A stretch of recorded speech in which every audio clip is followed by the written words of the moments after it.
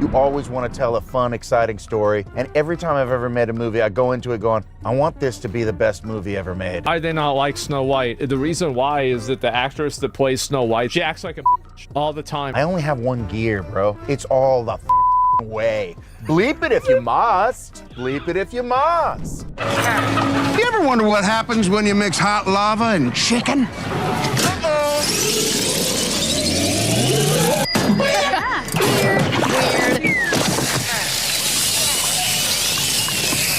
What an idiot I've been as a young person in this industry who has no filter and no idea what she's doing. There's something wrong with her. She's disturbed, she's unhappy, and she thinks it's about feminism and the patriarchy and about abortion. But the reality is she's just not stable, like the majority of people in Hollywood. They're just not stable human beings. Who's the Disney character you identify with most?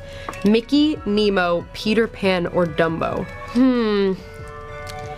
Dumbo. That's sad, but yeah, like... Well.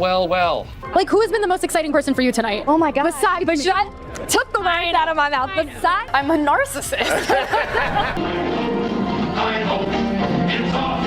What the hell is even that? Because right now there's more dwarves on this podcast than there are in the new Snow White movie. And that's probably due to Peter Dinklage. Yep. When I was a child, I used to think Snow White was a Japanese lady. She has geisha-like pale skin, black hair, and tends to 7 ugly white men. so will she rise or bow her head? Will she lead or just be led? When the Minecraft movie dropped, no one expected it to be this massive. Teens were showing up in full suits, chanting, screaming, like it was a Taylor Swift concert. It wasn't just a movie, it was a movement. And while that pixelated world was raking in hundreds of millions, Disney's highly anticipated Snow White reboot was quietly crumbling. What happened? The difference? One remembered its audience. Minecraft didn't try to preach, it didn't moralize, it didn't shove a message down anyone's throat. It was silly, colorful, chaotic fun. Exactly what kids wanted. Kind of core customer base Disney has versus what Warner Brothers has right now, and exactly how each business, how each studio is doing things differently on a... Not Snow White, but this is the movie that they made, and it's like, oh yeah, she's gonna be a girl boss, she's gonna liberate her kingdom. Well, congratulations, you played yourself. This is what you get when you try to push feminism and bullshit girl boss moves on the people. The people ain't rocking with it. Meanwhile, Disney's Snow White felt like a lecture in disguise. If Disney had just stayed true to the original, many believe it would have easily crossed the $1 billion mark. 1937, and very evidently so. There's a big focus on her love story. With a guy who literally stalks her. Say it louder so your other eye can hear you. So we didn't do that this time. And you know the saying, go woke, get broke, and Disney's going to lose money on this movie. And I believe it only made less than $1 million in China. And if the flopping box office wasn't bad enough, the mockery came fast. Even South Park jumped in with a brutal parody. They didn't hold back, skewering Rachel Zegler's version of Snow White, the constant identity swapping in Disney films, and the studio's obsession with woke messaging. It wasn't subtle, it was a full-on roast. The backlash hit Rachel Zegler hard. She's been accused of disrespecting the original story, downplaying romance, and even mocking fans. The original cartoon came out in 1937, and very evidently so. There's a big focus on her love story with a guy who literally stalks her. Weird. Great dude. All of Andrew's scenes could get cut. Who knows? It's Hollywood. What would you say to those who are just kind of overly critiquing the film at this point? You've worked so hard on it. Get on across. Hold on. Here. Hold on. All right. One viral moment had her claiming she deserved to be paid for every hour the movie is streamed online. It didn't land well. Fans weren't amused, they were furious. When South Park smells blood, they don't nibble, they bite. And with Disney's Snow White, they went full shark mode. In a viral special, the creators race and gender swapped South Park's main cast, Cartman, Stan, Kenny, and Butters, transforming them into adult women of color. Not because they're woke, but to mock Disney's obsession with what fans are calling checklist casting. The satire was savage. One character rants about being the hottest person alive and tells anyone who disagrees, "I don't need your business." Sound familiar? It was a shot-for-shot parody of Rachel Zegler's real-life comments. And this wasn't just comedy. It was a scalpel slicing into what critics say is Disney's arrogant detachment from its audience. This wasn't subtle, it wasn't sanitized. It was South Park firing a bazooka straight at the Magic Kingdom. Fans who'd been frustrated with Disney's recent moves felt seen. The episode immediately went viral, and the message? Clear.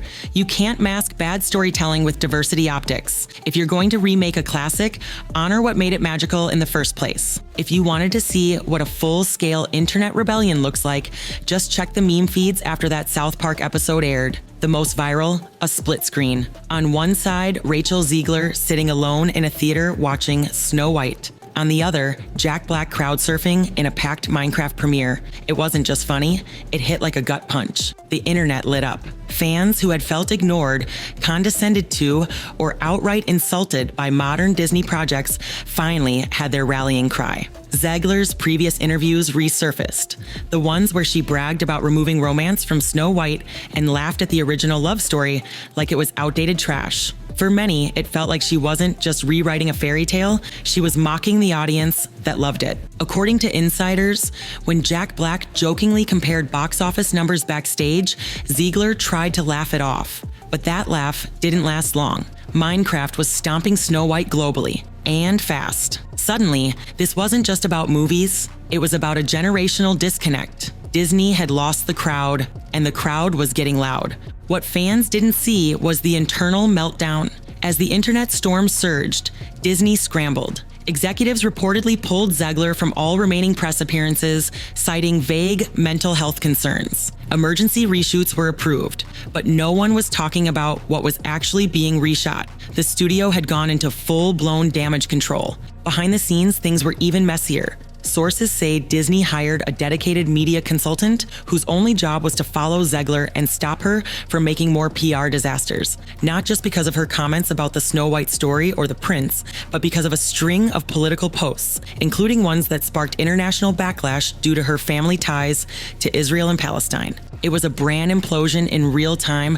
Executives were furious, not because the backlash was happening, but because they saw it coming and didn't stop it. They'd banked the future of a billion-dollar franchise on a star who openly mocked the story's core themes. And now, merchandising deals were falling through.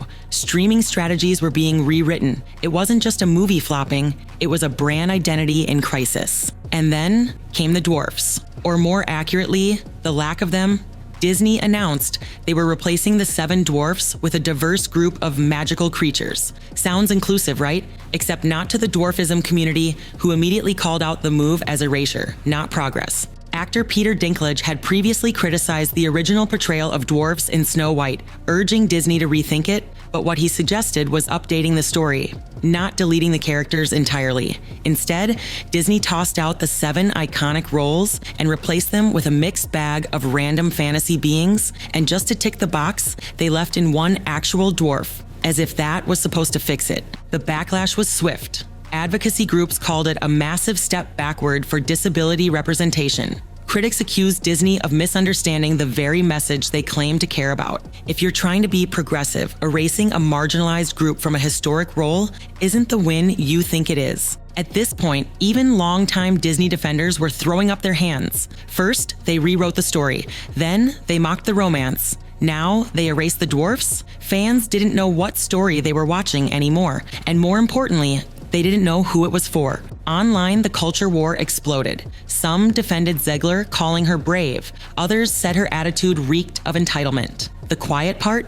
Disney insiders were reportedly furious that test audiences found the movie preachy, but no one had the guts to say it aloud until Jack Black did.